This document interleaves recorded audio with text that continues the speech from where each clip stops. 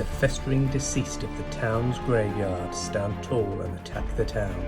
Can you put them down for good and end the necromancer's plight, or will you succumb to the power of death?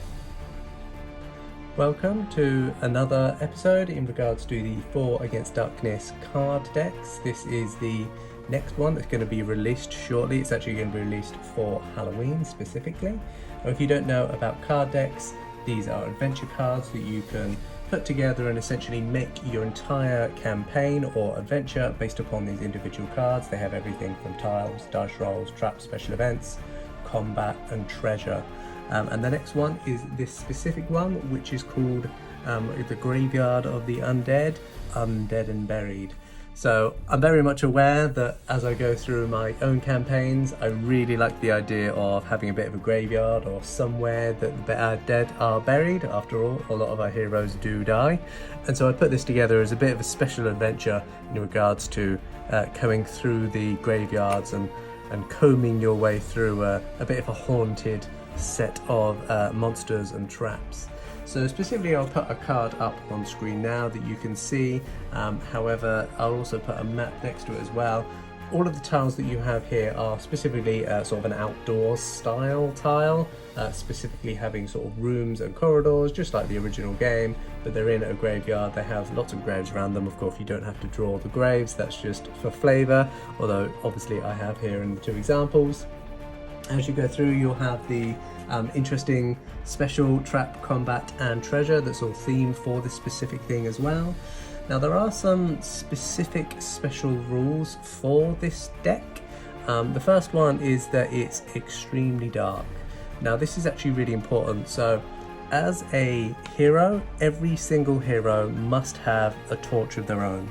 The reason for this is that every time that you come across any trap or puzzle, you may be forced to have individual characters move over to one direction or another direction on their own, essentially increasing the amount of confusion that's currently going through your heroes, but also some excitement as well as you start to having to manage each of the characters. Although the good news is there are some modifiers as well to go with this one. All characters with slashing weapons add half level to all saves, all spellcasters add +1 to attack, and then rogues add their level +1 to all trap saves as well, which is absolutely fantastic. The adventure itself is obviously based purely in a graveyard. There is a bit of a story that goes behind this though, that kind of really sells this. So the dead won't stay down, simple as that. The local mayor has hired your party to clear the graveyard of the menacing monsters and put the dead to sleep forever. If you end the shambling monsters, you get highest character level times 100 gold pieces as a reward, which is a very large amount of money. There isn't a massive amount of money through the actual campaign itself, so this is the area where lots of your money comes from specifically. There are a few hero items that you can also use at the same time, that you can collect as you go through the adventure. There are 2. One of them is a unique weapon, it's a grave digger's shovel, and the other one is a specific book that actually I think is incredibly helpful and something that I think that should be brought in a lot more from different adventures. This is specifically in regards to the sleep spell and taking on monsters and even bosses that can't really have the sleep spell applied to them, which is quite interesting as well. As you go through the adventure, you're going to come across at least 2 bosses. One of them is the Necromancer, and one of them is the Cannibal of Nordernal. Nordernal, if you don't know, is the area in which all of the 4 Against Darkness adventures are located specifically.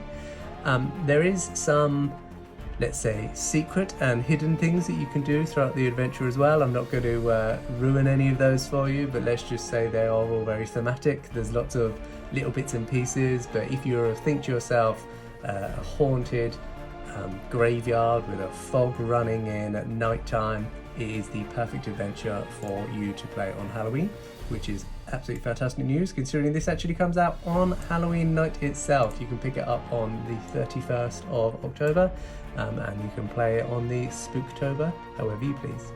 Hope you have a good time and speak soon.